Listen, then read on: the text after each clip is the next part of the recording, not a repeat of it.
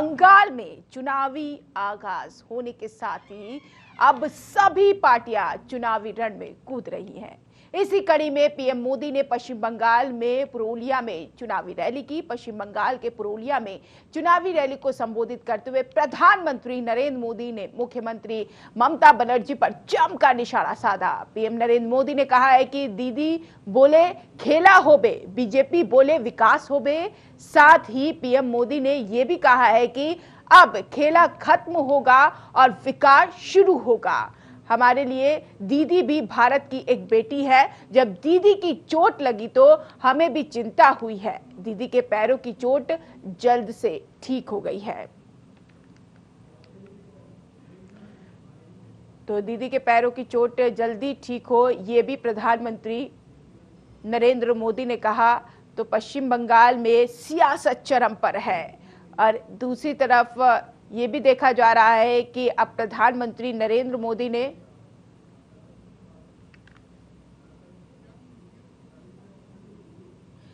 प्रधानमंत्री नरेंद्र मोदी ने क्या कुछ कहा है पश्चिम बंगाल की मुख्यमंत्री ममता बनर्जी के लिए, आपको सुनाते हैं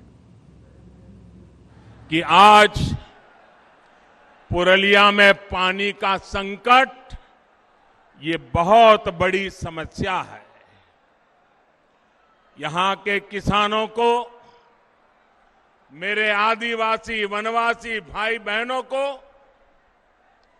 इतना पानी भी नहीं मिलता कि वो सही से खेती कर सकें।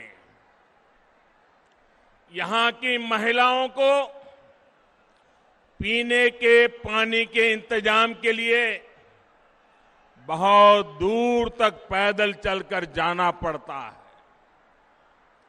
पहले वामपंथियों की सरकार और फिर टीएमसी सरकार ने यहां पर उद्योग धंधे पनपने नहीं दिए।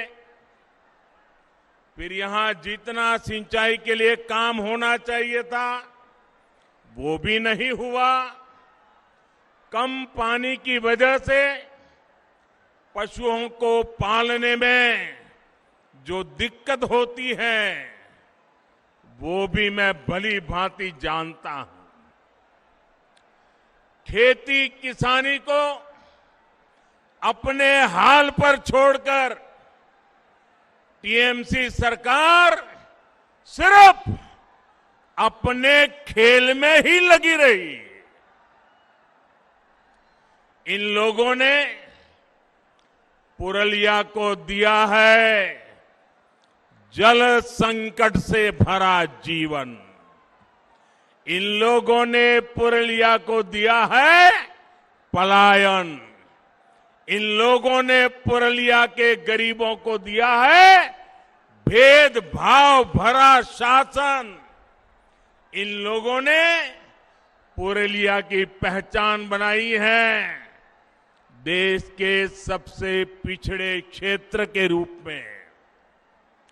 ये लोग कैसे काम करते हैं इसका बहुत बड़ा उदाहरण है Purulia piped water supply project. 8 साल हो गए ये अब तक अधूरा पड़ा है। साहेब बांध सरोवर की स्थिति भी आपके सामने है। यहां के किसानों को, यहां के लोगों को इसका जवाब कौन देगा दीदी?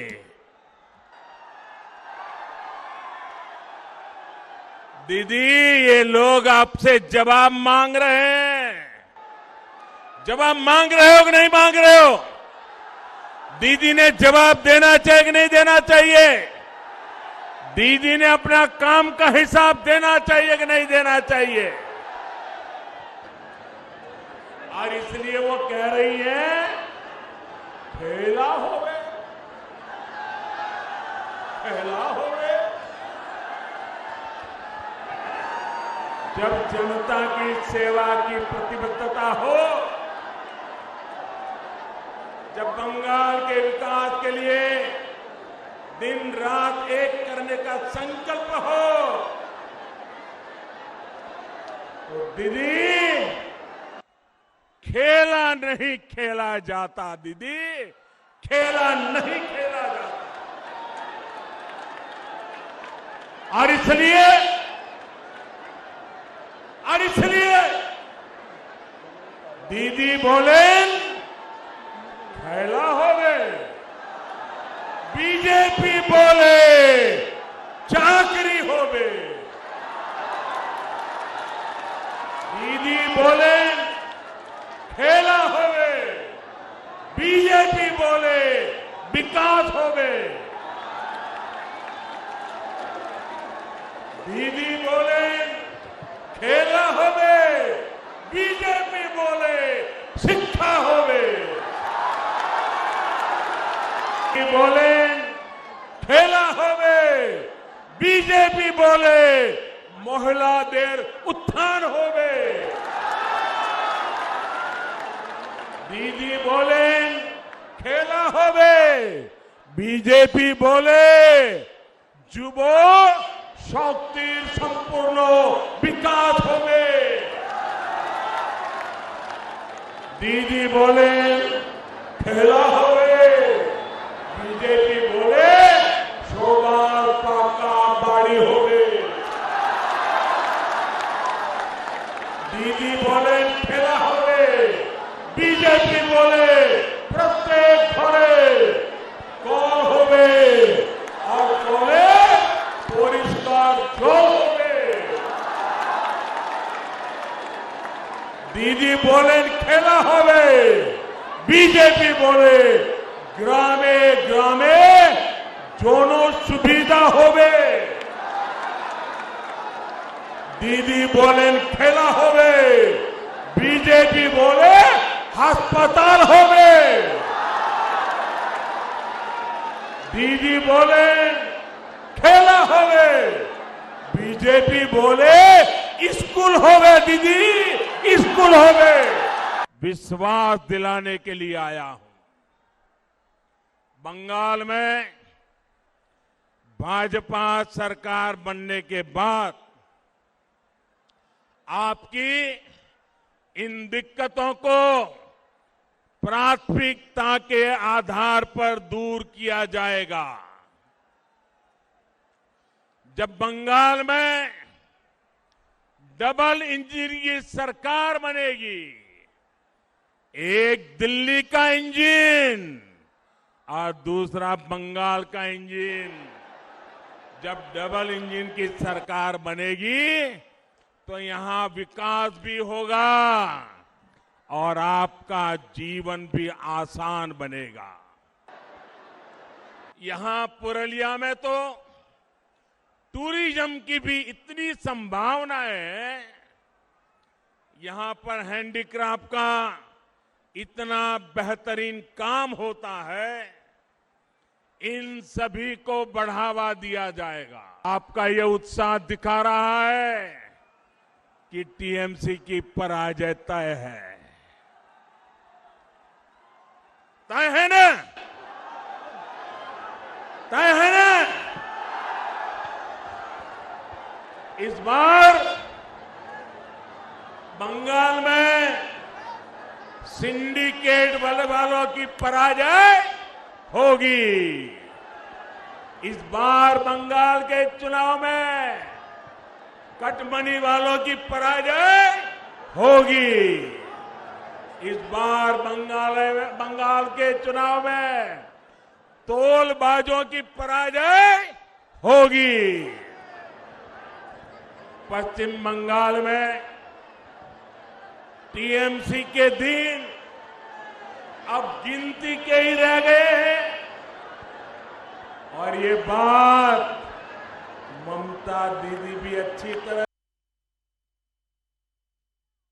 प्रधानमंत्री नरेंद्र मोदी पश्चिम बंगाल के पुरुलिया पहुंचे थे और वहां पर ममता बनर्जी पर जमकर बरसे और साथ ही साथ ये भी कहा कि अगर डबल इंजन की वहां पर सरकार होगी तो विकास होगा, शिक्षा होगा और शिक्षा होगी, पानी की जो व्यवस्थाएं हैं जो अब तक पूरी नहीं की गई हैं, पेयजल व्यवस्थाएं भी की जाएगी पुरुलिया में। प्रधानमंत्री नरेंद्र मोदी ने कहा है कि वहां की जनता और किसानों को कौन जवाब देगा। जवाब देने के लिए यहाँ पर मौजूद है खास मेहमान। सबसे पहले उनका तारुफ करा देती हूँ, फिर करती हूँ चर्चा की शुरुआत। मेरे साथ नीरज राय हैं जो कि टीएमसी प्रवक्ता है। आपका स्वागत है सर टीवी 100 पर। खेमचंद शर्मा जी हैं जो कि बीजेपी के प्रवक्ता है। खेमचंद शर्मा जी, आपका भी बहुत स्वागत है। सबसे पहले मैं नीरज जी आपके पास आऊंगी क्योंकि प्रधानमंत्री नरेंद्र मोदी पुरुलिया पहुंचे, वहां पर सारी खामियां जनता के सामने बता दी। कहा कि पुरुलिया में पानी सप्लाई सही तरीके से नहीं किया गया, वहां पर वाटर सप्लाई प्रोजेक्ट अधूरा है, महिलाएं दूर जाती हैं पानी की आपूर्ति करने के लिए। यहाँ के किसानों को, लोगों को कौन जवाब देगा? जवाब दीजिए। देखिए फातिमा, मैं एक एक शब्द का उनके प्रश्न का जवाब दे रहा हूँ। वैसे तो पूरे देश की जनता देख रही है, बंगाल की भी जनता, कि सिर्फ आरोप लगा देते हैं। आरोप लगा देना समस्याओं का समाधान नहीं है। एक चीज मैं बताना चाहूंगा, जितने उनके प्रश्न रहे हैं उस प्रश्न का आपके परिचर्चा में पूरा उत्तर दे पाना संभव नहीं है, लेकिन एक चीज बोलना चाहूंगा। प्रधानमंत्री जी, देश के प्रधानमंत्री, आरटीआई से जो भी जानकारी लेने पे रोक लगाई गई है केंद्र सरकार ने लगाया है, बंगाल सरकार ने अपने यहाँ नहीं लगाया। तो उस पे जो इनके वहां पे बंगाल में कमियां नजर आती हैं उसका आरटीआई से जानकारी ले लें। इन्होंने कहा कि पानी की समस्या, अभी एक हफ्ता भी नहीं हुआ कि उत्तर प्रदेश के अंदर जल बोर्ड ही खत्म कर दिया गया। और इनको सिर्फ एक पुरुलिया नहीं, हिंदुस्तान के 6,38,588 गांवों के बारे में सोचना चाहिए। 7 साल से सरकार है, 7 साल से, और बोलते रहते हैं कि 70 साल से कुछ नहीं हुआ। अरे आप ही ने क्या करके दिखा दिया? आरोप लगा के चलना, ये बोलते हैं शिक्षा, स्वास्थ्य। हमारे बड़े भाई खेमचंद जी भी बैठे हैं, देश के अंदर कितने सुपर स्पेशलिटी हॉस्पिटल इन्होंने बनाया है, और बंगाल के अंदर कुछ अपवाद हॉस्पिटलों को छोड़ दिया जाए तो सब हॉस्पिटल आम जनमानस की समस्याओं के लिए ही वहां पर है। 100 रुपया की बजाय 37 रुपया में वहां पर सेवा मिलती है। शिक्षा की बात करते हैं, बंगाल ही देश का एक ऐसा प्रदेश है जो आप लोगों को हमसे बेहतर जानकारी होगी कि वहां पर 12वीं तक छात्रों को कॉपी किताब फ्री मिलता है। 800 रुपया बच्चियों को स्कॉलरशिप मिलता है मंथली, और 19 साल होते होते या 12 पास करते ही 25,000 रुपया एक मुफ्त मिलता है। तो अब बताइए, राशन की जो बात करते हैं, ये बात कर रहे थे किसानों के लिए। 2012-13 से 19-20 तक कृषि कर्मण अवार्ड भारत सरकार की तरफ से मिलता है। बंगाल को मिला था 5 बार। इनकी हरियाणा, आपके मध्य प्रदेश की शिवराज सिंह की सरकार को, जिसको खूब शोर शराबा होता था किसान उत्थान में, उनको 2 बार मिला है। तो मैं नहीं कहता हूँ कि आरोप लगाइए आप, लेकिन इतना सोचिए कि देश के प्रधानमंत्री हैं, पिछले 7 सालों में आपने क्या किया उसका उदाहरण करिए। आपके 15 सालों से गठबंधन की सरकार है बिहार में, 4 साल से उत्तर प्रदेश में, पिछले डेढ़ दशक से आपकी वहां पर आपके क्या कहते हैं मध्य प्रदेश में है। तो पुरुलिया में पानी का संकट क्यों बना हुआ है? ये तो आरोप लगा रही है ना बीजेपी, उसका भी जवाब दीजिए। मैंने नहीं कहा ना कि वो आरोप है, तथ्यों के साथ दिखाए तो अच्छा है। तथ्य हमारे पास भी है ना, इसलिए मैंने कह दिया ना, आरटीआई मांग लीजिए। और कहाँ समस्या है? उन्होंने टूरिज्म पे बोला, तो वहाँ के टूरिज्म से कितना फायदा हो रहा है। हर साल एनुअल का रिपोर्ट उनको मिल जाएगा आरटीआई से। देश का प्रधानमंत्री होकर सिर्फ आरोप लगाकर अपने कर्तव्यों से, अपने दायित्वों से आप मुक्त हो जाएं या सोचते हैं, तो ऐसा संभव नहीं है। तो खेमचंद शर्मा जी यहाँ पर कह रहे हैं, देखिए नीरज जी कह रहे हैं कि आपको शक शुबा है तो आरटीआई आप ही ने तो बंद करवाया है, रोक लगाया है, आप आरटीआई से जानकारी ले लीजिए। सारा काम हुआ है, शिक्षा हो, टूरिज्म हो, पानी हो, गांव का उत्थान हो, सारा काम किया है पश्चिम बंगाल सरकार ने।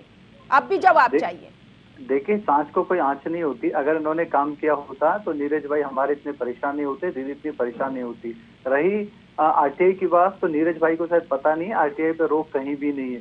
सिर्फ और सिर्फ डिफेंस मैटर को छोड़ के, जहाँ पे देश की सुरक्षा, देश की जो गोपनीयता है वो जरूरी है, उसके अलावा कहीं भी कोई भी इंफॉर्मेशन आरटीआई के तहत आप केंद्र सरकार के रिलेटेड भी पूछ सकते हैं और स्टेट में भी एप्लीकेबल है, क्योंकि ये सबका ही अधिकार है। तो पश्चिम बंगाल की इंफॉर्मेशन भी निकाल लीजिए ना सर, ये कह रहे हैं। मैडम मैंने क्या बोला, जो सच्चाई है, जिसको लोग मान रहे हैं, जिसको लोग कह रहे हैं, जिसको लोग चाहते हैं कि हम उठाएं, वही विषय माननीय पीएम साहब ने पार्टी के मन से उठाया है। और ये पुरुलिया का ग्राउंड रियलिटी है, ये वहाँ के लोगों की आवाज है। माननीय पीएम ने लोगों की, जो लोकल लोग हैं, उनकी आवाज को उठाया है और उनको भरोसा दिया है कि जो ये आपकी समस्याएं हैं, हमारी सरकार आते ही इन सभी समस्याओं पर तेजी से काम होगा, इन समस्याओं से आपको निराकरण कराएंगे। आपकी जो कृषि है, आपका जो पशुपालन है, आपके जो युवा हैं, आपकी जो शिक्षा है, आपका जो स्वास्थ्य है, उसको हम तेजी से बेहतर करेंगे। हम आज जो समझते हैं, मतलब बंगाल के लोग कह रहे हैं कि हम जो आज समझते हैं वो टीएमसी का मतलब है ट्रांसफर माई कमीशन के अलावा, कमीशन खोरी के अलावा, घूसखोरी के अलावा टीएमसी का कोई और काम नहीं रह गया है। अभी हमारे बड़े भाई कह रहे थे कि भाई शिक्षा में आपने ये किया है, वो किया है। अरे भाई, शिक्षा में स्थिति ये इतनी तक खराब है कि लोग गवर्नमेंट इंस्टीट्यूशन को छोड़ के प्राइवेट इंस्टीट्यूशन से पढ़ाई कर रहे हैं। बंगाल को छोड़ के दूसरी स्टेट में जाके हमारे जो बांग्लादेशी भाई बहन हैं, युवा भाई बहन हैं, वहाँ पे उनको पढ़ाई करनी पड़ रही है। अगर ऐसे अच्छे इंस्टीट्यूशन होते तो उनको बाहर नहीं जाना पड़ता। आप खुद किसानों के लिए कुछ करते नहीं।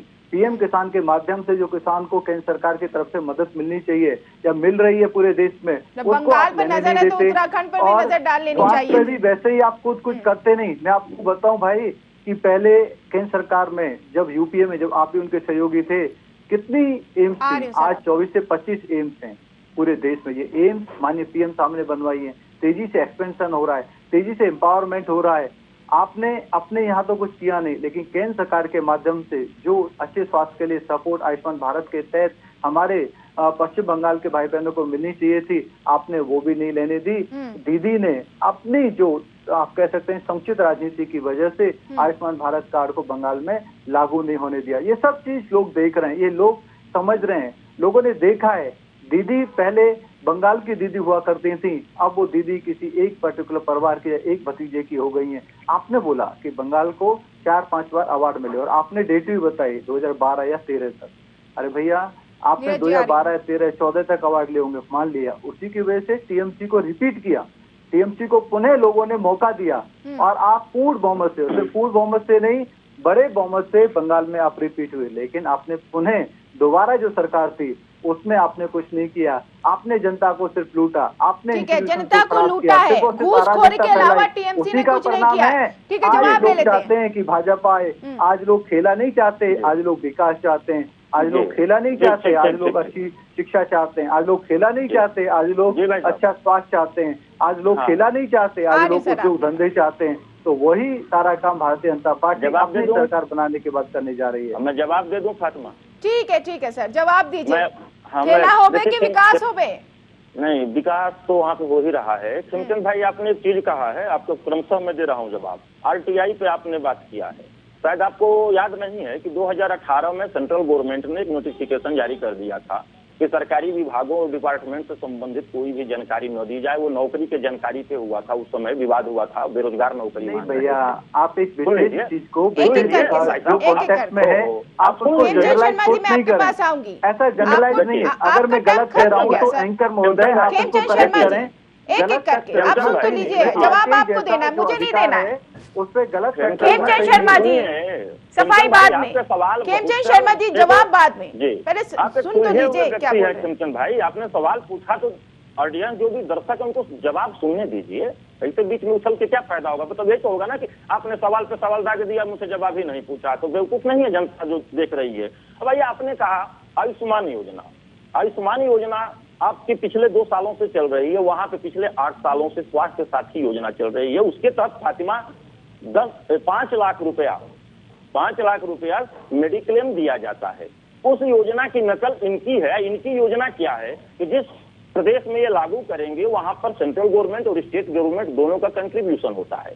तो ममता जी ने कहा कि मैं 100% इन्वेस्ट करके यहाँ पे योजना चला रही हूँ, बंगाल की भलाई चाहते हैं तो आप अपना 100% इन्वेस्ट करके योजना को चला दीजिए। उसके बाद ये लोग चुनावी मुद्दा बना लिए। दूसरी चीज इन्होंने कहा किसान सम्मान निधि। पिछले 8 सालों से वहां पर लगभग 73 लाख किसान परिवार हैं, उन सभी को 10,000 रुपया ये नोट करने वाली पॉइंट है।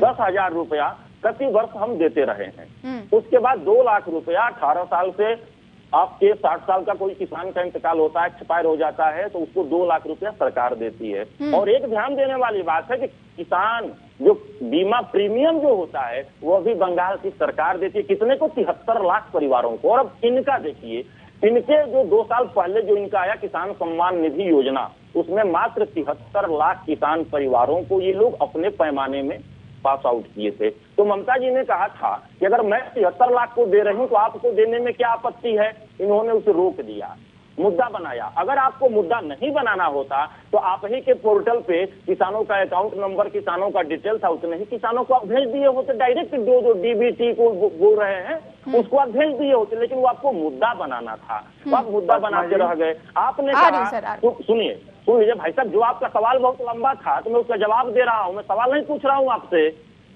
आपने कहा कि वहां पर मेडिकल की आप डाटा उठाइए, मंगवा लीजिए डिटेल। आरटीआई में कह रहा हूं, बंगाल से बेहतर सुपर स्पेशलिटी सर्विस किसी प्रदेश में नहीं है। उत्तर प्रदेश में जो आपने कहा ना, बीएचयू में ही एम्स को जोड़ दिया गया।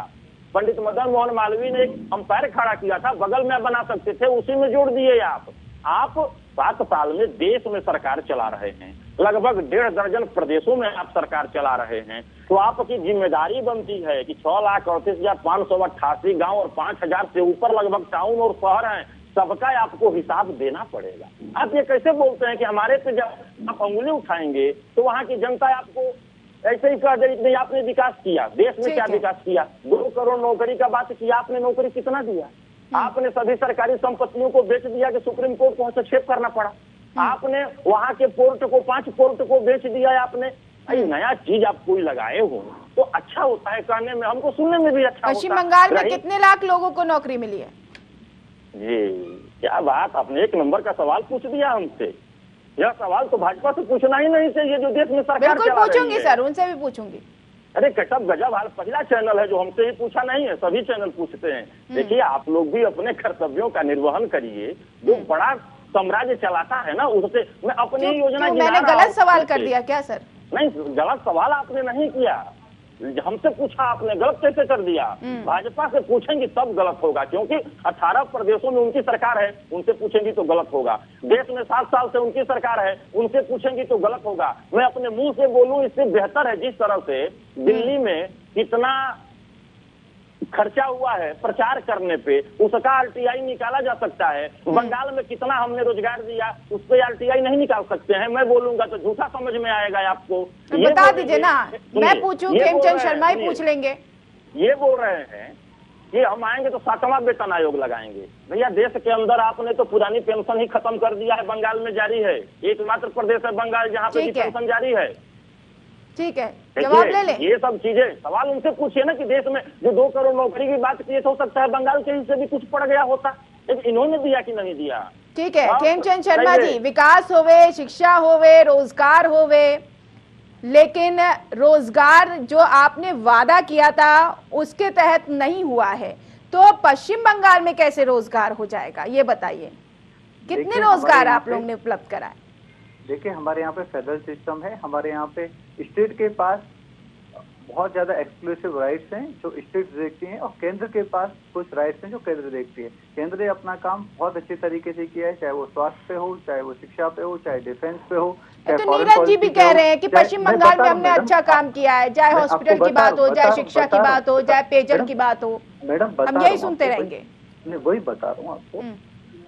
सरकार ने, आपने देखा होगा किस स्पीड से हाईवे बन रहे हैं, किस स्पीड से इंफ्रास्ट्रक्चर का निर्माण हो रहा है। अगर हाईवे बन रहे हैं तो उसमें रोजगार मिल रहा है, ऐसा तो हो नहीं सकता कि हाईवे अपने आप ही बन रहे हैं। दुगनी स्पीड से ज्यादा तेजी से हाईवे बन रहे हैं, पोर्ट का डेवलपमेंट हो रहा है। आपने देखा रेलवे का एक्सपेंशन हुआ है, आपने देखा किस तरीके से इंफ्रास्ट्रक्चर पे एक्सक्लूसिव 5.5 लाख करोड़ का बजट इस सरकार ने निर्धारित किया है ताकि इंफ्रास्ट्रक्चर तेजी से आगे बढ़े। लेकिन अनफॉर्चुनेटली क्या है, दीदी रिसेप्टिव नहीं है। दीदी कहती है मैं किसानों को पैसा दे रही हूँ, मान लूं कि वो दे भी रही है, वैसे तो दे नहीं रही है, तो आप दे रही हैं कोई बात नहीं, लेकिन आपको उनके डेटा को सत्यापित करने में क्या दिक्कत है कि मोदी जी की तरफ से भी 6,000 आ जाए तो आपकी तो वाहवाही होगी ना। आप भी दे रही हैं 6,000 मोदी जी की तरफ, कई सर, स्टेट ऐसा कर रही है कि केंद्र सरकार अपना 6,000 दे रही है, स्टेट भी उसमें कंट्रीब्यूट कर रही है, तो किसानों को ज्यादा लाभ हो रहा है। इवन वो सरकार भी दे रही है जो भारतीय जनता पार्टी की सरकार नहीं है, भारतीय जनता पार्टी की धुर विरोधियों की सरकार है, वो भी ये कर रही है। लेकिन आप वो पैसा क्यों नहीं देना चाहते? इसका मतलब है आप तो कुछ दे नहीं रहे। अरे टीएमसी तो 10,000 दे रही है, आप तो 6,000 दे रहे हैं। रूप से केंद्र का पैसा यदि किसानों के पास पहुंचा तो आपकी कलाई खुल जाएगी, आप पे प्रेशर आएगा, तो नीरज जी का क्या कहना है? आप 6,000 दे रहे हैं, हम तो 10,000 किसानों को दे रहे हैं। आप हमें हर खत क्यों नहीं दे रहे हो? आप अपनी जिम्मेदारी क्यों नहीं निभा रहे हो? दीदी की हेडेक बढ़ जाएगी, दीदी की टेंशन बढ़ जाएगी। इसीलिए हमारे गरीब किसानों का तो डेटा सत्यापन करके केंद्र सरकार को देना चाहिए था। एकमात्र स्टेट पूरे देश में है वो पश्चिम बंगाल, जिसने ऐसा नहीं किया। आयुष्मान भारत में वैसे तो आप हेल्थ की सुविधा दे भी रहे हैं, तो केंद्र के खर्चे पे, केंद्र के सपोर्ट पे आपको यदि आयुष्मान भारत का कार्ड मिल रहा है तो क्या दिक्कत है? आज भी लाखों हमारे जो पश्चिम बंगाल के भाई बहन हैं दूसरे प्रदेशों में दर्द की ठोकरें खा रहे हैं, वो दिल्ली तक एम्स में भटकते हैं क्योंकि उनको इलाज नहीं मिलता वहाँ पे। अगर 5 लाख का बीमा मिल जाता तो वो प्राइवेट अस्पताल में भी करा लेते, वो क्यों इधर दर की ठोक खाते? वैसे ही आपने अगर रोजगार पे कुछ किया होता, क्योंकि आपने तो वहाँ के उद्योग धंधे भगा दिए, फिर तो आपने उद्योगपतियों को भगा दिया, फिर कोई काम नहीं चाहता, कोई काम करता है तो काम शुरू होने से पहले कमीशन खोरी शुरू हो जाती है, उससे एक्सेशन शुरू हो जाता है, तो वहाँ पे काम ही नहीं होगा तो कहाँ से रोजगार मिलेगा? आप सिर्फ और सिर्फ अपीजमेंट की राजनीति में लिप्त थे, सिर्फ और सिर्फ रोहिंग्याओं को बढ़ाने में, रोहिंग्याओं को फल फूलने में, रोहिंग्याओं की मदद करने में, या बांग्लादेशी लोग हैं उनकी मदद करने में, उनकी वोट कार्ड बनवाने में, उनका राशन कार्ड बनवाने में, उनको खाना पीना खिलाने में, ताकि वो आपको वोट दे सकें। लेकिन लोकल बांग्लादेशी खुश रहे, लोकल बांग्लादेशियों का काम हो, जो पश्चिम बंगाल के लोग हैं बांग्लावासी, उनका काम हो, उस पर आपने ध्यान नहीं दिया। ठीक है, जवाब ले लेते हैं। जवाब ले लेते हैं। देखिए प्रेमचंद भाई, आपकी बात जो रही ना, मैं वही बात बोला था किसान सम्मान निधि पे ही कि हम 73 लाख को दे रहे थे, आपकी सरकार 23 लाख पे आके टिक गई थी। तो दीदी ने कहा था भैया आपको बोलूं, आप सम्मान नहीं हो, मेरे बड़े भाई हमारे बड़े नेताओं ने भी 70 लाख से ज्यादा बार कोट किया है कि लोग पीएम सम्मान निधि नहीं ले पा रहे हैं क्योंकि हमें डेटा सत्यापन करके डेटा तो आपको सत्यापित करना है। 70 लाख 23 लाख। नीरज जी, आखिर केंद्र की योजनाओं को पश्चिम बंगाल में क्यों नहीं लागू किया जाता? हाँ, वही बता रहा हूँ ये 73 लाख को किस पैमाने से, 23 लाख को किस पैमाने से लाए थे? नहीं है भैया, 70 से ऊपर है, बार कह रहा हूँ आपसे। या तो मैं बोलूं या तो केवल सवाल ही सुनो, एक एक करके बोलिए। ठीक है, मैं वही कह रहा हूँ कि 23 लाख को ही आपको देना था, तो गवर्नमेंट ऑफ इंडिया के ही बैंक रहे हैं, गवर्नमेंट ऑफ बंगाल के बैंक नहीं रहे हैं। डायरेक्ट वहां मैंने बोला ना कि डायरेक्ट ट्रांसफर कर दिए होते आप तो ये मुद्दा ही नहीं होता। इन्होंने कहा है हॉस्पिटल का। भाई साहब देखिए, मैं बंगाल के करीब का ही रहने वाला हूँ, गाजीपुर में हूँ, उत्तर प्रदेश में। पटना से पश्चिम के लोग बीएचयू तक आते हैं और पटना से पूरब, पता कर लीजिएगा, और झारखंड के लोग सभी लोग जाते हैं कहाँ पे? बंगाल में, क्योंकि सस्ता सेवा मिलता है वहां पर। ये मत कह दीजिए कि दूसरे प्रदेशों में, दूसरा उधर समृद्ध कोई प्रदेश नहीं है। आप भी 15 साल से बिहार में है, सरकार चला रहे हैं। फिर आपने कहा कि वहां पर हमारे बड़े नेता कहते हैं। भाई साहब, आपका कोई बड़ा नेता तो ये बता दे कि देश के अंदर कितना रोजगार दे दिया। बंगाल में हमसे आप पूछ रहे हैं, 1 लाख किलोमीटर हमने भी रूरल एरिया में रोड बनाया है। मैं इसीलिए मैं नहीं बोल रहा हूँ कि आप आरटीआई मान लेते दिल्ली में कितना विज्ञापन पे खर्चा हुआ उस तरह से, तो हर डिटेल आपको प्रोवाइड हो जाता। ऐसी बात नहीं है कि आप हमारे पे आरोप लगाइए, लेकिन आरोप जो हो तथ्य पूरक हो।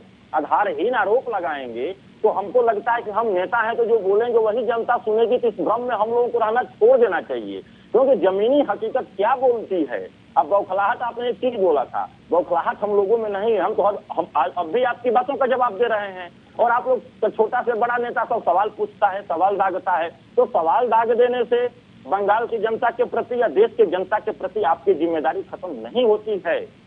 देश हित, बंगाल हित, जहाँ का भी हित होता है। आपने उठाया आवाज घुसपैठिया का, अच्छा सवाल आपने किया। लेकिन एक बात बताइए कि पिछले 7 साल की ही मैं बात कर रहा हूँ, 70 की बात नहीं कर रहा हूँ। पिछले 7 साल में कितनी बार हमारे देश के प्रधानमंत्री या हमारे विदेश मंत्री या रक्षा मंत्री या गृह मंत्री ने दूसरे देशों से जहां से यहाँ पे घुसपैठ हो रहा है, उनसे कितने बार एक शिखर स्तर पे वार्ता किया है? कितनी बार हमको इसकी जानकारी दे दीजिए, मुझे जानकारी है, मैं आपको बता दे रहा हूँ, आप बता दीजिए। हमें जहाँ तक याद है कि 2014 के बाद से फातिमा 125-24 लोगों को बांग्लादेश यहाँ से भेजा गया था। उसके बाद शेख हसीना भी हाथ उठा ली थी। उसके बाद मोदी जी कितनी बार, कई बार शेख हसीना से मिले हैं। ऐसा बात मुद्दा को उठवाइए। कोई भी हिंदुस्तानी नहीं चाहेगा कि हमारे साधन संसाधन पे दूसरा कोई आकर अपना कब्जा करे, लेकिन उसकी जिम्मेदारी सेंट्रल गवर्नमेंट की होती है। बॉर्डर सिक्योरिटी फोर्स और केंद्र सरकार के अंतर्गत जो सुविधाएं आती है, जो सुरक्षा एजेंसियां आती है, उसके अंदर है। तो इस पे आप प्रदेश पे बोलेंगे, यह गलत होगा ना। इसका मतलब कि आप अपने पे छूट के अपने ऊपर छूट के अपने पे गिरा रहे हैं। ठीक है, जवाब ले लेते हैं। होता है, ठीक है, जवाब ले लेते हैं। जवाब दीजिए खेमचंद शर्मा जी। देखिए, कागज नहीं दिखाएंगे, एनपीआर को इम्प्लीमेंट नहीं होने देंगे, किसका क्या बैकग्राउंड है इसकी जानकारी हम रिकॉर्ड नहीं होने देंगे, उसका रजिस्ट्रेशन नहीं होने देंगे, सीए को इम्प्लीमेंट नहीं होने देंगे। कौन कह रहा था? दीदी कह रही थी। लॉ एंड ऑर्डर किसके पास होता है? स्टेट के पास होता है। हम जानते हैं हमारा इतना बड़ा लंबा बॉर्डर है। पहले बॉर्डर पे बहुत ही लूज ऐसा था कि लोग आते थे जाते थे, बहुत सारा एरिया ऐसा मिला हुआ, कौन बांग्लादेशी है कौन अपने एरिया का पता नहीं। लेकिन लोग घुस आए, घुसने के बाद थाने में क्या उनकी ट्रैकिंग हो रही है, क्या उनका रिकॉर्ड मेंटेन किया जा रहा है, नहीं किया जा रहा है तो क्यों नहीं किया जा रहा है।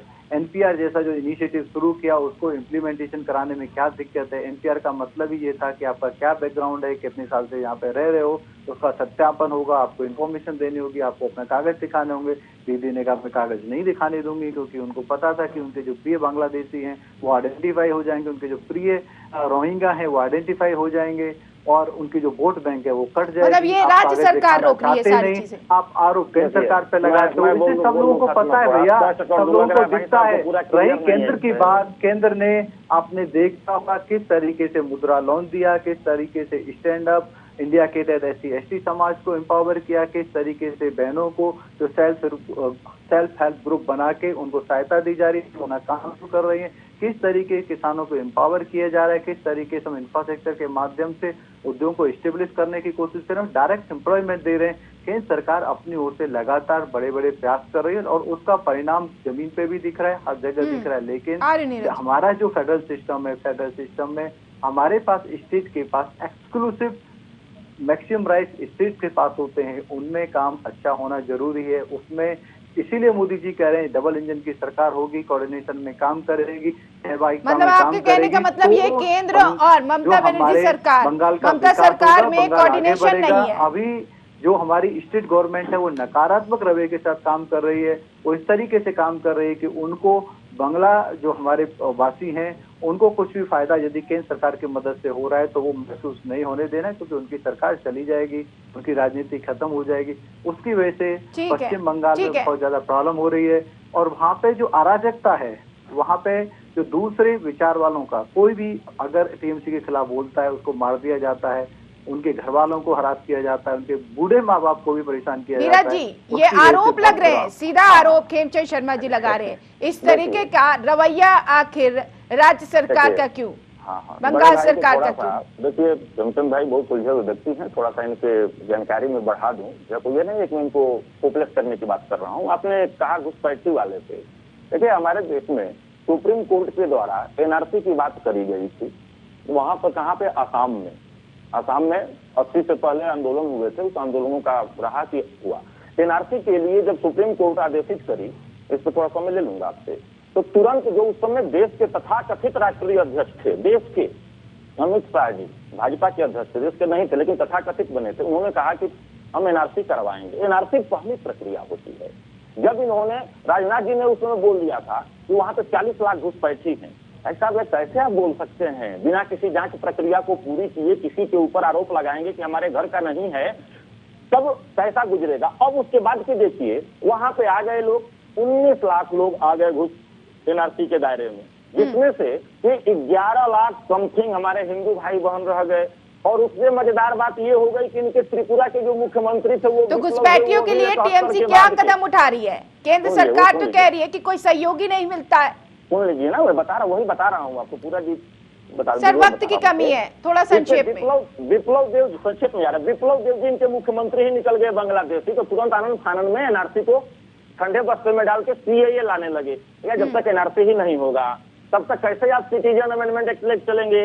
एनआरसी नहीं होगा फिर कैसे एनपीआर को लेके चलेंगे? कोई भी चीज होती है ना तथ्य अब बढ़िए छोड़िए मत। इन्होंने कहा कि हमारी योजनाओं को चलने नहीं दिया जा रहा है। भाई साहब पिछले 2 साल से हम लोग चिल्ला रहे हैं, लगभग 53,000 करोड़ हमारे बंगाल का जीएसटी केंद्र सरकार के पास है, वही दे देना।